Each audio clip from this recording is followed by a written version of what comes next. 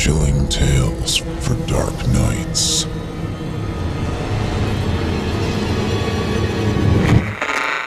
Want to make sure you never miss a Chilling Tales for Dark Nights video again? Be sure to subscribe and hit that bell to turn on notifications. My younger brother disappeared on Halloween night when he was 7 years old. It hollowed out my mother, who was raising the two of us all by ourselves, and that was already hard enough in 1971. Mom finished drinking herself to death in 1974, and I went to live with my aunt and uncle in Raleigh. It was the not knowing, I guess, that did it. The police were never able to determine if Davy had crept out that open window by himself, or if someone had climbed up that tree to take him from our room. Either way, he was never seen again. But I knew. I never said a word. I played dumb, and they all bought it. I'll say what happened now. The cancer has wormed its way through my lymph nodes into just about every other organ I have, so I don't have long. And I need to own up to my part in it before I go to meet whatever awaits me on the other side.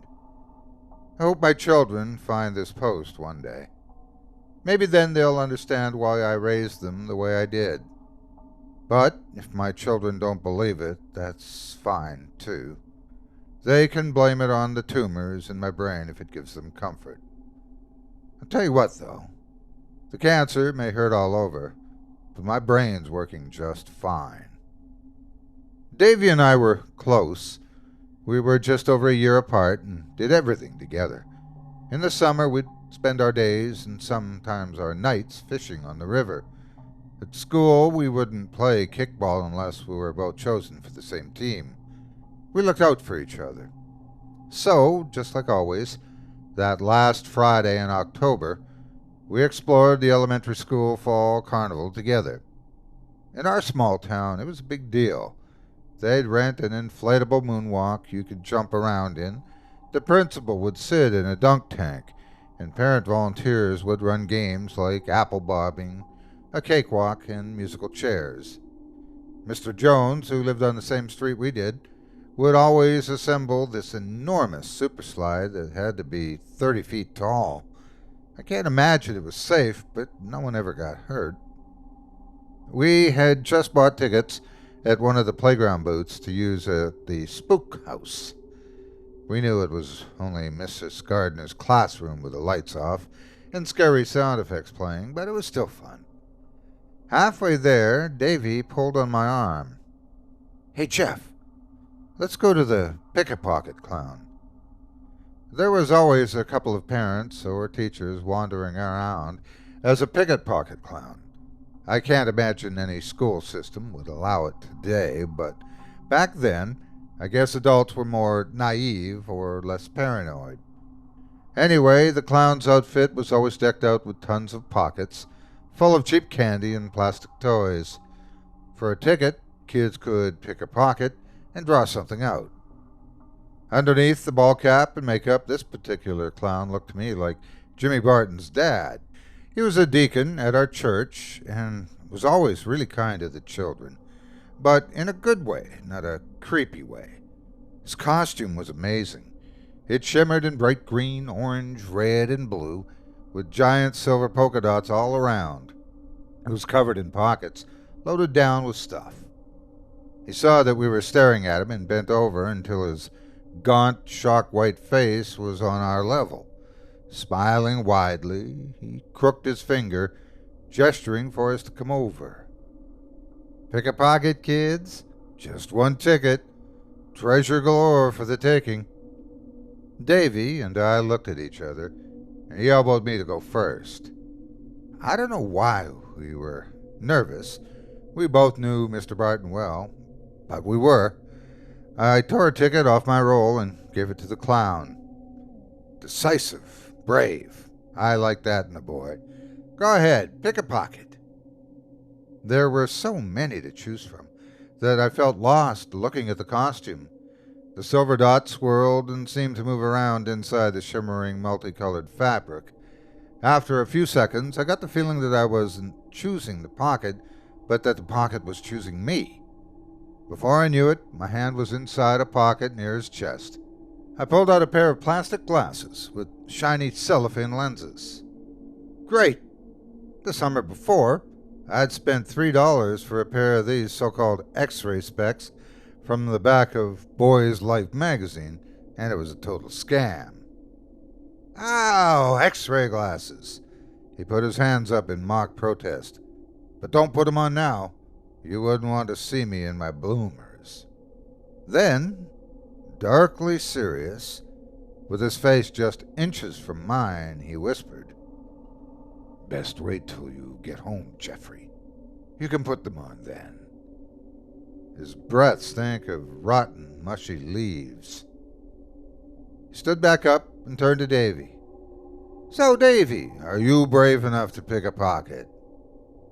Davy gave me a sidelong glance, and I shrugged. He nodded and stared at the pockets, finally choosing a small one on the clown's left arm. He stuck his hand in and yelped, pulling it back like he'd touched a hot coal. On his hand stood a pulsing, brilliant blue spider about the size of a silver dollar. Davy was frozen, unable to speak, as the spider's hairy legs throbbed.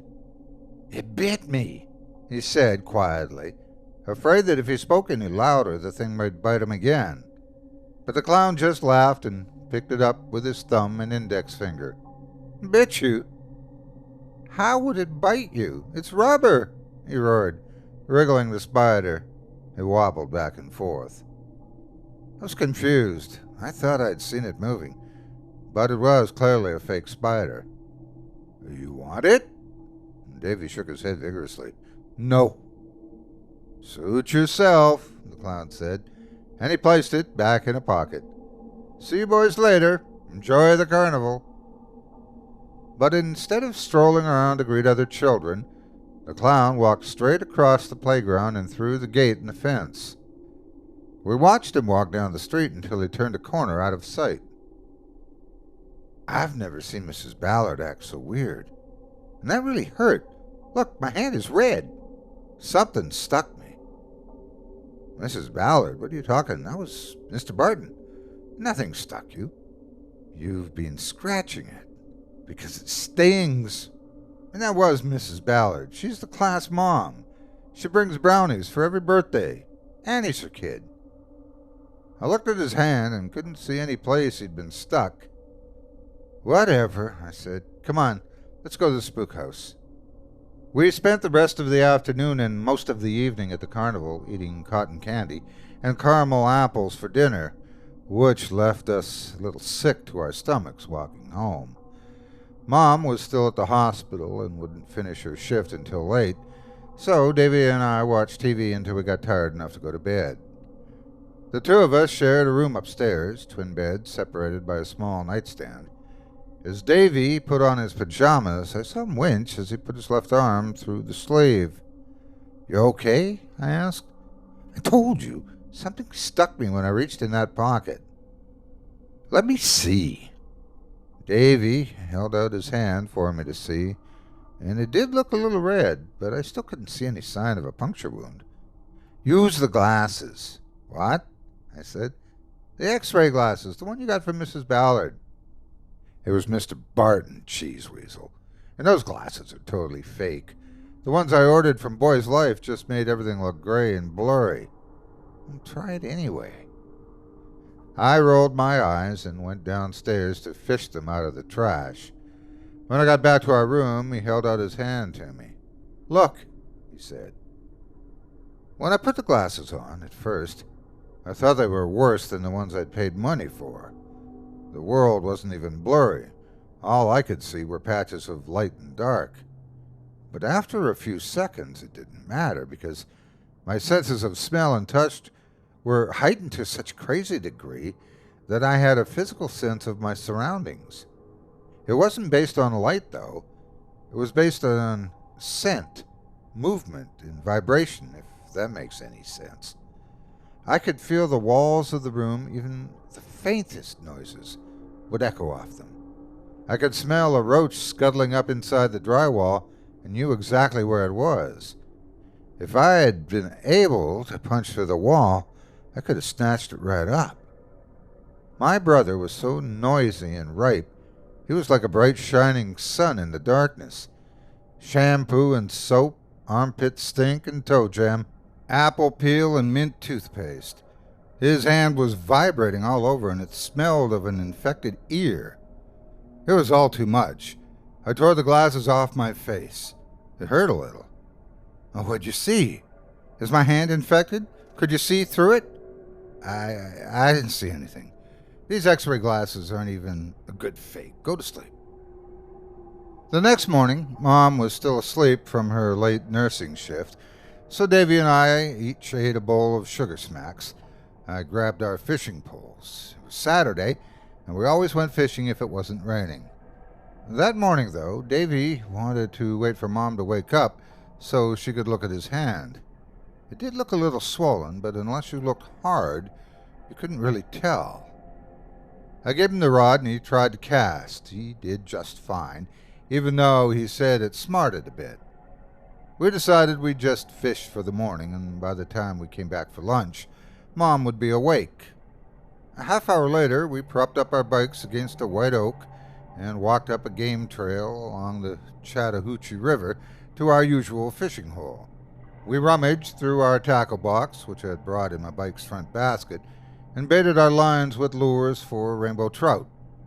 Hey, you have those x-ray specs? Maybe you can see the fish underwater. I did have the specs. I still don't know why, but at the last minute I run upstairs to get them from our nightstand and shove them in my jacket pocket.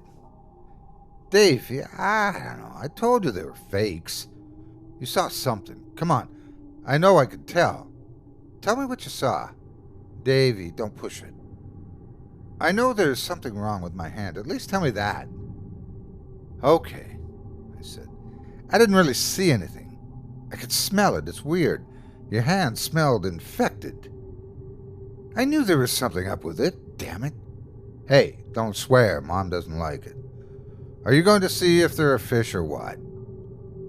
I sighed and put the glasses on. Immediately, the world changed. I could feel the wings beating from every insect in the forest. I could smell every spider lurking under the leaves and in the trees. Under the water, I could feel the ripples from fish swimming. Yeah, I said quietly. There's a lot of fish. Good, he said, and he cast his line into the river. The skin of his right hand was vibrating even more than before, and it smelled rotten. No longer the sickly sweet of infection, but more like decaying meat. I took off the glasses again. This time I took a little skin with it from my temples. I cried out a bit, but Davy didn't notice. His rod was already bent over. Hey, I got one! Look, Jeff, I got one! We fished for the rest of the morning and brought home 4 small trout, which would make a pretty good dinner for the 3 of us. Mom always appreciated the fish we brought home. Meat was expensive, and her nursing job didn't pay all that well. On the way home, my arms and legs itched something awful, and I was afraid I'd stepped in poison ivy. Back then, it seemed I only needed to see the stuff to break out in hives, so after I'd hugged Mom and put the fish in the cooler to scale later, I went to the bathroom to inspect myself. It wasn't a rash. There were little black hairs starting to grow out of my skin. I still have them, all these decades later. I always wear long-sleeve shirts and never wear shorts. Shit, I've used to have to shave my entire body twice a day when I was younger. They're stiff with little barbs. If I let them grow out, they're 1/4 of an inch long and draws blood if someone runs their hand over them. I always told my girlfriends it was a genetic condition. Until I met my wife, rest her soul, I never had a relationship that lasted very long. Thankfully, with the cancer, they don't seem to grow out very much, so I guess there's at least one upside to this disease. Anyway, back then, I was plenty freaked out, but I didn't want Mom to worry, so I just put my sweatshirt back on and said nothing when I walked back into the kitchen. Jeff, did Mrs. Ballard stick your brother's hand with something? I don't know why Davy says it's Mrs. Ballard. It was Mr. Barton. He was the pick-a-pocket clown, and yeah, Davy flinched like something had stuck him. Does it look infected to you? It might be. It feels hot, but I don't see a puncture wound. If it's still swollen Monday, I think we'll have to take you to see Dr. James, Davy. But I don't think it's bad enough to take you to the emergency room. Davy nodded. I knew we couldn't afford a trip to the ER anyway. The year before, I tripped over a tree root and busted my head bad on a rock. I managed to walk home, and Mom put in the stitches herself, so we didn't have to pay a hospital bill. These fish are beautiful. Why don't you clean them, Jeff, and put them in the fridge? I'll fry them up with some potatoes for dinner. Sound good? You boys can go trick-or-treat early, and the fish will be ready when you get home, so don't ruin your appetite with candy. It did sound good. Once I was done cleaning the fish, Mom shooed us out of the house to play for the rest of the afternoon. By the river, Davy and I planned our costumes for that night. We didn't have money to buy one of those stupid costumes in the stores back then. A foul-smelling monster mask and a plastic poncho with a picture of the monster you were supposed to be. We had to make our own. Davy decided to be a sheet ghost, and I'd be a hobo. I had plenty of worn-out clothes for that. We fished a little, but the fish weren't biting anymore, so we came home early to make our costumes. Honey, are you sure it was Mrs. Ballard? Mom said as we walked in. I called her, and she says she was selling tickets, not doing the pick-a-pocket clown. That's because it was Mr. Barton, I said. I called him too, Jeff. He was in Dahlonega all day yesterday. Davy just shrugged. Mom shook her head and went back to cooking. Trick-or-treating started out fun. The bakers gave out full-size Snicker bars, and Mr. Jones had big boxes of Cracker Jacks. But after hitting just 8 houses, Davy said he felt really bad and wanted to go home. I knew he had to be really sick to miss trick-or-treating. Is it your hand that hurts? I asked him. No, he said, wincing. After that, he didn't want to talk, so I just put my arm around his shoulders and took him back to the house. Mom was surprised to see us. She took his temperature, and he had a fever of 100.2. She checked his hand to see if an infection was the cause. But the hand was no longer swollen or red, and she saw no sign of a wound gone septic, so she figured it was just a virus. She made him eat a little bit of dinner and sent him off to bed. I went with him, because I didn't want him to be alone. He woke me up a little before midnight. Jeff, something's happened. Something's happening. I don't like it. I turned on the light, and he was quivering on top of his sheets. Davy, what's wrong? Something's inside me. Use the glasses. Use the glasses. I didn't even think. I just grabbed the glasses off the nightstand and put them on. I could smell them. They were skittering under his skin, all of them, little ones, everywhere. I started to scream, but then I guess I didn't. I remember the rest of the night in fragments. I saw the little ones emerge from under his skin, like 10,000 little pimples bursting. They were just a bit bigger than a pinhead, but there were so many. He couldn't make a sound, and I couldn't move, not until they had finished cocooning him. When they were done, they all burrowed inside the cocoon to feed. I didn't choose, I just did it. I threw him over my shoulder, crawled out the window, and scuttled down the exterior wall on all fours. By starlight, I moved through the woods on a trail that I'd never seen before. I somehow knew to stop when I reached the center of an ancient stand of enormous oaks. In the center stood the clown, with the glasses. I could now see the extra limbs twitching in the pants leg and sleeves where they were stuffed. I could see its mask for what it really was, a cheap Bozo the Clown mask you could pick up for a few bucks at any Kmart. I could smell the thick, blue, pasty liquid that was its blood as it coursed through all 8 eyes, its cephalothorax, abdomen, and palps. It didn't bother making me think it was anyone else. I was far beyond needing to think it was someone I trusted. I handed it what was left of my brother and it turned to go deeper into the woods that I'd never seen before and haven't seen since. After a few paces, it paused and turned to me. Not coming? It may not look like it, but there's still plenty left here for you. And don't you want to see what my children will become? You can start a family of your own. I wanted to feed, but my love for my brother held me firm. It could make me passive. It could make me watch. It could even make me bring him here. But it could not make me eat my brother. No. It stared at me for a long while. Well, the glasses are yours forever now. You'll follow when you're ready. You'll know the way. And it disappeared into the dark. Once I could no longer see the spider, I regained control of my body. I ran back on the trail, increasing my speed as it started to fade. Finally, I broke out of the woods and climbed up the tree and got back into my bed where I cried and cried and cried. The glasses were gone, but I knew they really weren't really gone. I could hardly see anything anymore, but I smelled and felt and sensed far better than ever. I miss Davy like a lost limb. I still do. Sometimes I think I can see his shadow near me, but I'm pretty sure it has just been wishful thinking. I can never smell him. I hope he's forgiven me wherever he is.